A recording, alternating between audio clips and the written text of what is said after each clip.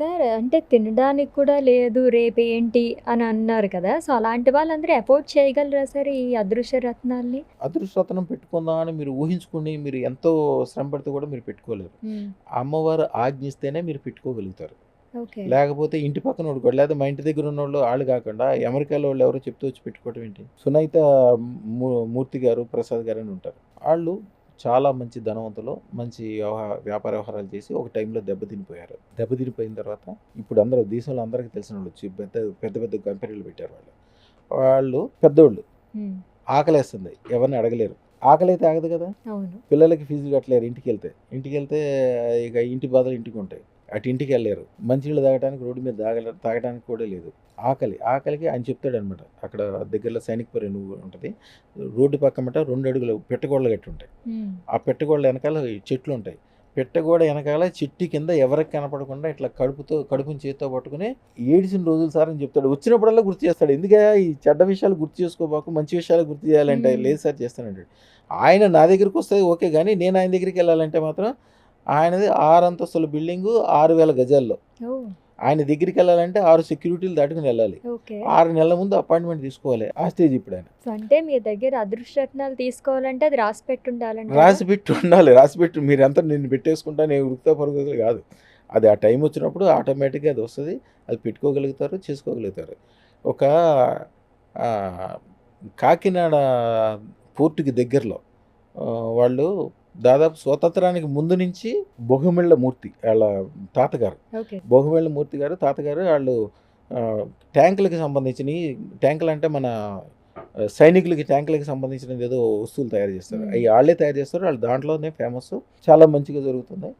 దాదాపు ఒక 30 సంవత్సరాల క్రితం ఏదో ఒక ఉపద్రవంలాగా ఏదో వచ్చింది. కాలసర్ప దోషం తగిలింది. ఇల్లంతా రోజు రోజుకి పాడైపోవటం, ఆళ్ళ ఆస్తులు ఎక్కడి నుంచి? హ్మ్. యానాంలో ఆస్తులు, కాశీ నుంచి కన్యాకుమారి వరకు అన్ని చోట్ల అన్ని నగరాల్లో ఇళ్ళు, ఆస్తులు ఏం చేసుకుంటారు డబ్బులు? హ్మ్. ఆ రోజుల్లో రూ. 30కి తయారు చేసేదే 3000కి అమ్మేవాళ్ళంట. ఓకే. 3000 మంది పనోళ్ళు ఉండేవాళ్ళు. హ్మ్.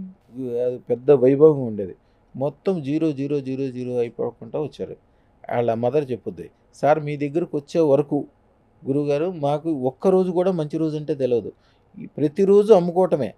ప్రతిరోజు ఏదో ఒక ఇబ్బందులే. ప్రతిరోజు చేసుకోవటమే. ప్రతిరోజు ఏదో ఒక ఉపద్రవాలు. హ్మ్. ఆళ్ళకి 6 పిల్లలైతే 4 పిల్లలు చనిపోయారు. నలుగురు విడివిడిగా. ఎదురుగుండా చనిపోతుంటే కూడా ఏం చేయలేకపోతున్నామండి. హ్మ్. చేయలేకపోయేవాళ్ళం. కాలసర్ప దోషం అది అంత తీవ్రంగా ఎవరో ఏదో చేశారు. చేసిన విషయం తెలుసు. ఈళ్ళకేం తిరిగి చేయటం కుదరదు. ఇగ ఎంత ప్రయత్నమో చేశారు. హ్మ్. రోజు రోజుకి జీరో అయిపోతున్నారు. మన దగ్గరకొచ్చి సుమారుగా 3, 4 సంవత్సరాలు అవుతది. పెట్టుకున్న 15 రోజులకే ఆళ్ళకి మళ్ళీ సైన్యం నుంచి వాళ్ళకి ఏదో అవసరం వస్తే వాళ్ళు ఎవరు ఇది చేసేదని చూస్తే వీళ్ళ పేరొచ్చింది. ఆ మిషనరీ గాని, ఆ టెక్నాలజీ గాని ఈళ్ళ కంపెనీ దగ్గరుంది. ఓకే. వాళ్ళు వీళ్ళని సంప్రదించారు.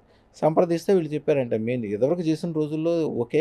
మా నాన్నగారు కూడా తాతగారు అప్పుడు చేసాడు. ఇప్పుడు మా నాన్నగారు కూడా ముసలోడయిపోయాడు. హ్మ్. మా దగ్గర వర్కర్స్ లేరు. ఆ ఫ్యాక్టరీ కూడా మూసేసింది. గవర్నమెంట్ సీల్ చేసింది చూసుకోమంటే, ఆళ్ళు కరెక్ట్‌గా 3 రోజుల్లో గవర్నమెంట్ దగ్గర నుంచి ఆటలు తీసుకొచ్చి, బ్యాంకుల నుంచి లోన్‌లు తీసుకొచ్చి, నాన్నగారికి వైద్యం వాళ్ళే మిలిటరీది వాళ్ళది హాస్పిటల్ ఉంటదంట. హ్మ్. హాస్పిటల్‌కి తీసుకెళ్ళి వైద్యం చేయించి, మొత్తం లైన్ చేపిచ్చేసి, వర్కర్‌లు మంచి వాళ్ళని తీసుకొచ్చి పెట్టి, ఆ ఫ్యాక్టరీని ఓపెన్ చేశారు. 15 రోజుల్లో స్టార్ట్ అయిపోయింది ఆళ్ళది. ఓహ్! ఆళ్ళిప్పుడు దేశ విదేశాల్లో మళ్ళీ పేరు ప్రఖ్యాతులు. వాళ్ళిప్పుడు విమానానికి సంబంధించినయి, కొన్ని ఎయిర్‌పోర్ట్‌లకి సంబంధించినయి చాలా పెద్ద పెద్దవి పని చేస్తారు. చాలా పెద్ద పేరు ప్రతిష్ట. మళ్ళీ ఆవిడ చెప్పుద్ది, "ఇదేంటి సార్ ఇట్లా వింత ఏంటి సార్ ఒక్క రోజుకే మనం ఇంట్లో గనుక చీకటున్న లైట్ ఒక హాల్‌లో ఒక్కసారి ఫ్లడ్ లైట్ ఏస్తే అట్లా హాల్‌లో లైటింగ్ వస్తే అట్లా అయిపోయింది సార్ మా లైఫ్‌లో." ఓకే. అంటే వాళ్ళ జాతక చక్రం బట్టి మీరు ఈ అదృష్ట అసలు రత్నాలనేవి జాతక ఇస్తారా? చక్రం అనేది మేమెప్పుడు చూడమ్మా. ఓకే. మీ జాతకం ఎప్పుడు చూడాలి? మీ జాతకం బాగా నడుస్తున్నప్పుడు అసలు జాతకం చూడాల్సిన అవసరమే లేదు. హ్మ్. అసలు మీకు జాతకం ఏం లేదు. మీ జాతకం లేకపోతే మీకు డబ్బులొద్దా? వ్యాపారం వద్దా? వ్యవహారం వద్దా? గొప్పతనం వద్దా? పిల్లలొద్దా? ఐశ్వర్యం వద్దా? అన్నీ అవసరమే గదా! మరి దేన్ని సరే బట్టి ఇస్తారు జాతకం సార్? చూసారే అనుకోండి. హ్మ్. మీరు అనురాధ నక్షత్రం హ్మ్. లేకపోతే కుంభరాశి హ్మ్. దాన్ని రెండిటికి శని. హ్మ్. శని అంటే ఇప్పుడు మెడలో ఇనప గొలుసులు ఏసుకోం కదా! శని అంటే ఇనుము గదా! అవును. ఇంట్లో బొగ్గులు పెట్టుకోం గదా! హ్మ్. మన ఇంట్లో ఎప్పుడు బంగారమే కావాలి మనకి. మన ఇంట్లో ఎప్పుడు సుఖం, సంతోషం, ఐశ్వర్యము, డైమండ్సు, గొప్పదనము, పేరు ప్రతిష్టే కావాలి మనకి. శని ఉందని చెప్పి శని వెళ్ళము, అలాగే కుజుడు ఉన్నాడు చెప్పి కత్తి తీసుకుని యుద్ధానికి వెళ్ళము, రాహు ఉన్నాడని చెప్పి చీకట్లో కూర్చోము. మనకి ఇప్పుడు కావాల్సింది ఏది కావాలో దానికి వెళ్ళాలి. జాతకం ప్రకారం మీకు చెడు ఉన్నప్పటికీ చెడు మీకు వద్దు, వదిలేసేయండి. ఏ ప్రకారం ఇస్తారు సార్ అదృష్ట అదృష్టరత్నం అనేది అవసరాన్ని బట్టి, అంటే బేసిక్ స్టోన్ ఇందాక మీకు చెప్పాను చూసారా, మీరు విష్ణుమూర్తికి ఏ నక్షత్రం ఉందని, ఏ రాశి ఉందని ఆయన కస్తూమణి పెడతారు. కస్తూమణి అంటే ఇక దాంట్లో అల్టిమేట్. అలాగే అదృష్టరత్నం అనేది బేసిక్ స్టోన్, అది ఎవరికైనా సూర్యుడు లాగా అనమాట. ఆడైనా మొగైనా చిన్నైనా పెద్దయినా. ఒక ఆయన ఉన్నాడు, ఆయన వ్యవసాయ శాస్త్రవేత్త సుబ్బారావు గారు. ఆయన నూజివీడి సీడ్స్ అట్లాంటి పెద్ద పెద్ద సంస్థలు కూడా పనిచేశాడు. పెద్ద పెద్ద సంస్థల ద్వారా వచ్చి మళ్ళీ వాళ్ళకి కూడా పనిచేశాడు ఆయన. సార్ ఎప్పుడన్నా మేము ఏదైనా వ్యవసాయ క్షేత్రానికి వెళ్ళినప్పుడు అది మొత్తం పాడైపోయింది, అయినా సరే ఈ రైతుని ఎట్లయినా బాగు చేయాలంటే నా దగ్గరున్న అదృష్టతను తీసి రాత్రిపూట నీళ్ళలో పెట్టి ఆ నీళ్ళు తీసుకెళ్ళి అన్ని చెట్లకి చల్లి వస్తాను సార్, వాడు 4 రోజుల కల్లా బ్రహ్మాండంగా ఎండిపోయింది కూడా మంచిగా అయిపోయింది సార్ అని చెప్తాడు. అంటే ఈ అదృష్టతనకు పూర్వం మట్టికైనా చెట్టుకైనా చేమకైనా ఆడైనా మొగైనా చిన్నైనా పెద్దైనా ఎవరికైనా పనిచేస్తుంది. విశ్వం మొత్తం వ్యాపించిపోయి ఉంటుంది. మీరు అదృష్టరత్నం పెట్టుకుంటే విశ్వం మొత్తం మీకు అనుకూలం అయిపోద్ది. మీరు ఇక్కడ కూర్చుని అదృష్టరత్నం పెట్టుకుంటే మీకు ఏదైనా అమెరికాలో రాజ్యం మార్పో లేకపోతే ట్రంప్ పోయి వేరే వాళ్ళు రావడం వలన మీకు ఉపయోగం అవుతే అది జరిగిపోద్ది. అదొక విచిత్రం. విచిత్రాలు జరుగుతాయి. మీకు గవర్నమెంట్ ఏదో జీవో రావాలి, లేకపోతే కలెక్టర్ గారి దగ్గర పని ఉందనుకోండి, వాళ్ళు చాలా నియమాలు ఉంటాయి వాళ్ళకి. మీరు మినిస్టర్ గారితో ఫోన్ చేయించినా కూడా కలెక్టర్ గారు చేస్తానంటాడు, కానీ ఆయన మినిస్టర్ గారు 5 సంవత్సరాలు అయిపోతే దిగిపోతాడు, కానీ ఆయన మాత్రం చేయడు. ఎప్పుడు చేస్తానంటాడు. ఎందుకంటే ఆయన చాలా రూల్స్ రెగ్యులేషన్స్ ఎవరు ఉంటుంది, ఇది ఏం చేసినా ఎరిగిపోతాడు. అదృష్టరత్నం పెట్టుకున్న వాళ్ళు చాలామంది ఎక్కడెక్కడి నుంచి 500 కిలోమీటర్లు కాళ్ళకి చెప్పులు లేకుండా నడిచి వచ్చిన వాళ్ళు ఉన్నారు. ఎందుకే అట్లా వచ్చారంటే, సార్ మేము 40 సంవత్సరాల నుంచి కలెక్టర్ గారి దగ్గర కాగితాలు అయిపోయినాయి, కోర్టులో కేసులు అయిపోయినాయి, అన్నదమ్ముల్లో తగువులు, ఇట్లాంటివన్నీ కూడా పెట్టుకున్న 15 రోజుల్లోనే మాకు అన్నీ మంచిగా అయిపోయినాయి సార్, మేము ఎంత సక్సెస్ఫుల్ అయిపోయినా. దాంట్లో వీడియోలు ఉంటాయి చూడండి. షేక్ అన్వర్ బాషా గారు వారు మొక్కుకున్న విధంగా 500 కిలోమీటర్ల భద్రాచలం అవతల నుంచి కాలినడకను వచ్చారు. ఎన్ని రోజులు పట్టింది స్వామి? 4 రోజులు పట్టింది ఇవాళకి. ఎప్పుడు బయలుదేరారు నడకతోటి? శనివారం రోజు. శనివారం బయలుదేరారు. ఎన్ని రోజులు పట్టింది మీకు ఇక్కడికి? శనివారం, ఆదివారం, సోమవారం మార్నింగ్ చేరుకున్నాం. అంటే రోజుకి ఎన్ని కిలోమీటర్లు నడిచారు? Non stop. నైట్ పూట ఏదైనా బస్ స్టాండ్లలో కొంచెం రెస్ట్ తీసుకోవడం, తింటాం, మళ్ళీ బయలుదేరాం. ఇవాళ మంచి రోజు, ఇవాళకి చేరుకోవాలని చెప్పేసి తొందరగా వచ్చేయడం. దాంట్లో అదృష్ట జ్యువెలర్స్, దాంట్లో అదృష్టరత్నం అని కొట్టినా కూడా మీకు యూట్యూబ్లో వస్తుంది. ఎక్కడెక్కడి నుంచి నడుచుకుంటూ వస్తారు. అదేంటే సరే ఓకే వచ్చావు కారులోనే మెళ్ళ రాసి, సరే తిరుపతికి ఎట్టయితే నడిచి వెళ్తాము, మీ దగ్గర మీరే మాకు దేవుడు సార్, కాళ్ళకి చెప్పులు లేకుండా ఎందుకు వస్తామో తెలుసు కదా సార్, దేవుడికి వెళ్ళేటప్పుడు చెప్పులు లేకుండా వస్తాం సార్. నిజంగా కానీ ఎవరు అట్లా చేయొద్దు. హాయిగా చక్కగా నేను ఎప్పుడు కూడా మనుషులు కార్లు కూడా తిరగొద్దు, వీలున్న వరకు ఫ్లైట్లో తిరగండి. ద బెస్ట్ ప్లేస్లో ఉండి బెస్ట్ వారితో ఉండండి. అవసరం ఉన్నా లేకపోయినా భార్య పిల్లల్ని తీసుకుని వీలున్నంత వరకు స్టార్ హోటల్కి వెళ్ళరండి. ఎంత ఖర్చు పెట్టగలిగితే అంత ఖర్చు పెట్టుకోండి. ఓట అంటే బావిలో నీరు మీరు తోడితే బావిలో నీరు అయిపోదు, కొత్త నీరు వస్తుంది, తీయగా ఉంటుంది. అదృష్టరత్నం ఉన్న చోట మీరు మళ్ళీ వెనక్కి తిరిగి చూసుకోవాల్సిన సందర్భం లేదు. సంవత్సరానికి ఒకసారి ప్రపంచవ్యాప్తి చేసుకోండి, చక్కగా యాత్రలకు వెళ్ళండి. అందరూ ఏమంటారంటే మీరే అన్నారు చాలా కష్టపడితే మంచిది కదండి, బాగుపడతారు కదండి. కష్టపడిన వాళ్ళు ఎవరూ బాగుపడరనే విషయం మీకు తెలిసిపోయిందా? ఒక నిరూపణ చెప్పే కదా, కష్టపడిన వాళ్ళు ఎవ్వరూ బాగుపడరు. కష్టపడ్డాడు మ్యాక్సిమం వీడు కష్టపడిపోతున్నాడు అంటే వాడికి కెరీర్ అక్కడ అయిపోయింది అనమాట. అంటే ఇంకా దాన్ని దాటి వెళ్ళలేడు ముందుకి. మీకు చెప్పాను చూడండి, మా వాళ్ళకి ఎవరికి ఫోన్ చేసినా సరే మాకు పని ఉంది సార్ అంటారు. అంత పెద్ద పనులు చేసుకుంటూ కూడా. ఒక ఆయన యూనివర్సిటీ ప్రొఫెసర్ గారు వచ్చాడు ఒకసారి నా దగ్గరికి. ప్రొఫెసర్ గారు అంటే ఎంతో తెలివినోడు, జుట్టు పండిపోయి ఉంది, నేషనల్ అవార్డులు వచ్చినాయి. ఆయన ఇదే వాదన పెట్టుకుంటాడు, సార్ నాకు పని ఎక్కువ ఉంది సార్, నాకు 24 గంటలు పని చేస్తాను సార్. ఆయన పేరు హరిమూర్తి గారు. హరిమూర్తి గారు అంటే మీకు యూట్యూబ్లో అన్ని చోట్ల వస్తుంది. నేషనల్ అవార్డు తీసుకున్నాడు, రాష్ట్రపతి అవార్డు తీసుకున్నాడు. అడావిడిగా అది ఇది వాళ్ళ అబ్బాయి డాక్టర్, వాళ్ళ అమ్మాయి కూడా డాక్టర్. 3 కలిసి వచ్చి ఇదే వాదన. వాళ్ళు పెద్దోళ్ళు. నేనేం ఎవరితో కూడా 5 నిమిషాలు మించి మాట్లాడను, 1 నిమిషం 2 నిమిషాలు మాట్లాడతాం ఎక్కువ. ఎంత సంజాయించినా వాళ్ళు అదే మాట, అదే వ్యవహారం. మీరు అన్నట్టే పని కష్టము, వ్యవహారము, టెన్షను, లేకపోతే ఎక్కువ పని, ఏదేదో దీని గురించి ఎంతో చెప్తారు. మనం చెప్పింది అంటే వాళ్ళు ఒక స్థితిలో ఉంటారు, మనం చెప్పింది ఎక్కదు వాళ్ళకి. వాళ్ళు అందరికీ చెప్పడం అలవాటే ఉంటారు. డాక్టర్ దగ్గరికి వెళ్ళామనుకోండి, డాక్టర్ ఎవరైనా మాట వింటాడా? డాక్టర్ రాగానే అందరు లేచి దండం పెడతారు. వాళ్ళు పేషెంట్ మాట వినరు, పేషెంట్ వాళ్ళ మాట వినాలి. ఇక ప్రొఫెసర్ గారు అంటే నీళ్ళేమైనా ఉంటుంది. తర్వాత అంతలోకి 5 నిమిషాల్లో ఒక పెద్ద ఆయన వచ్చాడు. ఆయనకి 4 గన్మెన్లు ఉన్నారు. దూరంగా చెట్టు కింద షాప్ అది ఆఫ్ చేసి, వెనకాల కాన్వాయ్ని కూడా ఆఫ్ చేసి దూరంగా పెట్టి అందరూ సైలెంట్గా ఉండండి, గురువు గారికి కోపం వస్తుందని చెప్పి ఇట్లా చేతులు ఆయన ఎప్పుడు వచ్చినా కూడా ఇట్లా చేతులు దండం పెట్టుకుంటూ వస్తాడు లోపలికి. చేతులు ఓకే. దండం పెట్టుకుంటే లోపలికి వచ్చి ఆయన ఏదో సమస్య ఉంటే మాట్లాడుకొని కాళ్ళకి దండం పెట్టుకుని ఆయన ఏదో ఇవ్వాల్సింది ఇచ్చి అమ్మవారికి ఏదో స్వీట్లు ఇచ్చేసి దండం పెట్టి కాముగా ఇట్లా భయం భక్తిగా వెళ్ళిపోయాడు. ఓకే. వెళ్ళిపోయిన తర్వాత ప్రొఫెసర్ గారే వచ్చాడు. ప్రొఫెసర్ గారు వచ్చి సార్ అని చెప్పి దండం పెట్టి రత్నాలు తీసుకుని వెళ్ళిపోయాడు. నేను వెనక్కి పిలిచి అడిగా, మరి ఇందాక నుంచి వాదన చేస్తున్నారు ఇప్పుడు ఎందుకంటే అంటే, సార్ ఇప్పుడు మీ దగ్గరికి వచ్చి సైలెంట్గా దండం పెట్టి ఎవరైతే వెళ్ళారో ఆయన దగ్గర మాలాంటి వాళ్ళు వేల మంది పనిచేస్తారు సార్. ఆయన దగ్గరికి వెళ్ళడానికి కూడా మాకు అర్హత లేదు. ఆయనే వచ్చి మీ దగ్గర దండం పెట్టుకుని కామ్గా నోరు మూసుకుని వెళ్తున్నాడు. అసలు ఎంత భక్తిగా శ్రద్ధగా వెళ్తున్నాడు, మేము ఎంత వాదన చేసి మాట్లాడుతున్నాం అంటే ఇక ఇక నాకే ఇప్పుడు ఆ పిల్లలిద్దరూ కలిసి అమెరికాలో పెద్ద హాస్పిటల్ ఓ పెట్టుకున్నారు. నైస్. ఆయనకి హాయిగా ఆరాంగా నెలకు ఒక 10 కోట్ల రూపాయలు రెంట్లు వస్తాయి పెద్ద చోట నుంచి. అంటే ప్రొఫెసర్ గారు ఆ వృత్తి మానేసి ఒక ఇండస్ట్రీకి సంబంధించిన ఫార్ములా కనుక్కుని ఫార్మాస్యూటికల్స్లో ఒక సెపరేట్ సిస్టమ్ తయారు చేసుకున్నాడు. చాలా మంచి సక్సెస్ఫుల్ ఉన్నారు.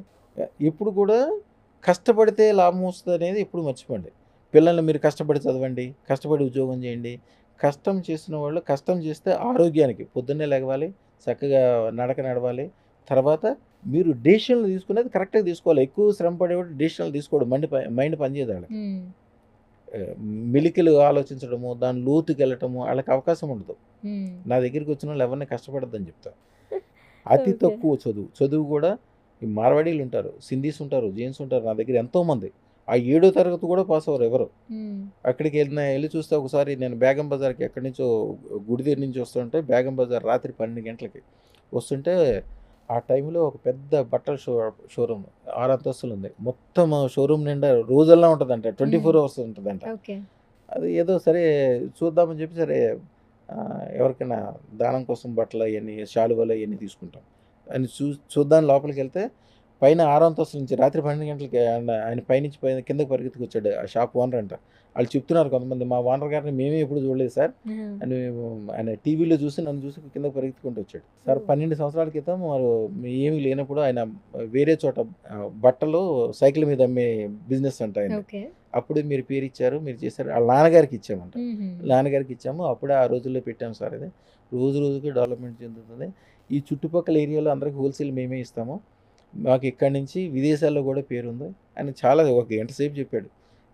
ఆయన సీట్లో నన్ను కూర్చోబెట్టి కింద కూర్చున్నాడు. ఆయన హాల్లో, సార్ ఇది మా నాన్నగారు పెట్టారు మీ ఫోటో, అప్పుడు మీరు చూస్తే చూడండి ఎంత చిన్నగా ఉన్నారో, ముఖం కూడా ఎంత చిన్నగా ఉంది, మనిషి చిన్నగా ఉన్నారు. అప్పుడు మా నాన్నగారికి పెట్టుకున్న ఫొటోస్ రోజు దండం పెట్టుకుని మేము అన్ని పనులు చేసుకుంటాం ఓకే. అని అన్ని చెప్తున్నాడు. మేము ఆ రోజుల్లో ఇచ్చిన రూపాయి బిళ్ళ కూడా దానికి పెద్ద ప్రత్యేకంగా గోల్డ్ ఫ్రేమ్ కట్టించాడు. మేము ఎవరికి వచ్చినా మన దగ్గరికి వచ్చిన వాళ్ళకి రూపాయి బిళ్ళ కొట్టిస్తాం. ఓకే.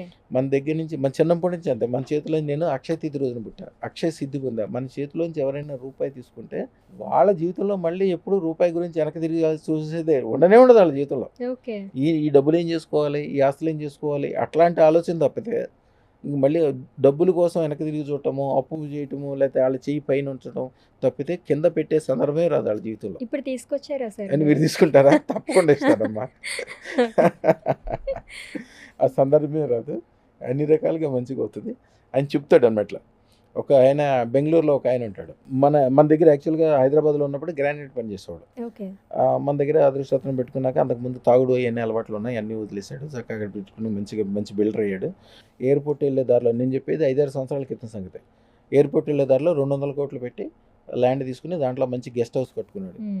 ఏదో ఒక సందర్భంలో నేను బెంగళూరు వెళ్ళినప్పుడు ఆయన గెస్ట్ హౌస్కి తీసుకెళ్ళాడు. ఆయనకి ఉత్సాహం, నేను ఎట్లా చూపించాలని చెప్పి వెళ్ళి చూస్తే ఒక పెద్ద హాల్ 20x20 కంటే పెద్ద హాల్ కట్టాడు. ఆ హాల్లో ఒక పెద్ద గోడ నిండా గోల్డ్ ఫ్రేమ్ లాగా చేపించి దాంట్లో నేను ఇచ్చిన రూపాయి బిళ్ళ పెట్టుకున్నాడు. అక్కడ ప్రతిరోజు దాన్ని దండం పెట్టుకుని పైకి వెళ్తాడంట పనికి వెళ్ళేటప్పుడు.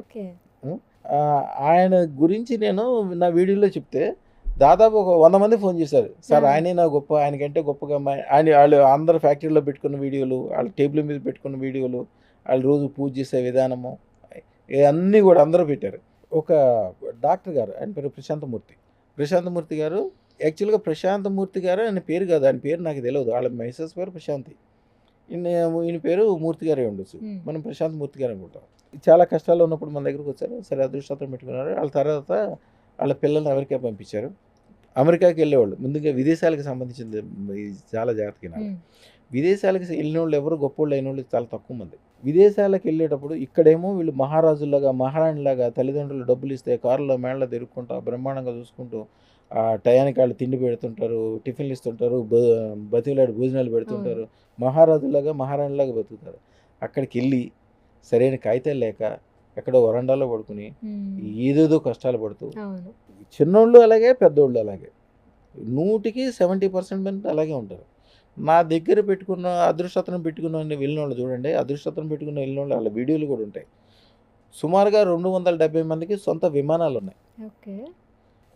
వాళ్ళలో ఒక అమ్మాయి దగ్గర అయితే 127 కిలోల బంగారం ఉంది. ఇక డాక్టర్ గారి భార్య ఫ్యామిలీ అక్కడికి వెళ్ళిపోయిన తర్వాత అమ్మాయి నేను చెప్పానని చెప్పి, అమ్మ నీ దగ్గర 100 కిలోల బంగారం చేరుకుంటుందని నేను మాట వరుసగా నేను చెప్పిన మాటని నమ్మి ఆవిడ 127 కిలోల బంగారం ఉంది ఓకే. ఆవిడ దగ్గర ఇప్పుడు. నైస్. ఆ? ఈ విధంగా పాజిటివ్లన్నీ కూడా పాజిటివ్ ఉన్న చోట ఇప్పుడు కరెంట్ లైట్ ఉన్న చోట లైటింగ్ వస్తుంది, లేకపోతే చీకటే ఉంటుంది. అవును. ఇప్పుడు తిరుపతి తిరుమల దేవస్థానం ఉంది కదా, దాంట్లో అందరికీ తెలిసిన పివిఆర్కే ప్రసాద్ గారు ఎంత పేరు ప్రతిష్ఠ తెచ్చాడు.